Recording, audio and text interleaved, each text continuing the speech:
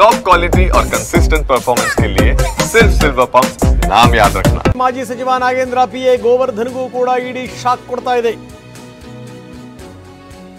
ಇಂಚಿಂಚು ಜಾಲಾಡ್ತಾ ಇದ್ದಾರೆ ಅಧಿಕಾರಿಗಳು.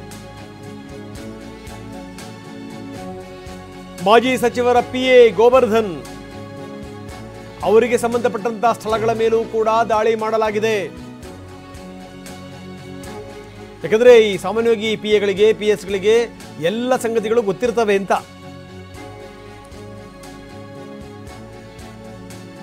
ಬೆಳಗ್ಗೆನೇ 3 ಜನ ನಾಯಕರ ಮನೆಯ ಮೇಲೆ ಇಡಿ ರೇಡ್. ನಾರಾ ಭರತ್ ರೆಡ್ಡಿ, ನಾಗೇಂದ್ರ ಮತ್ತೆ ಅವರ ಪಿಎ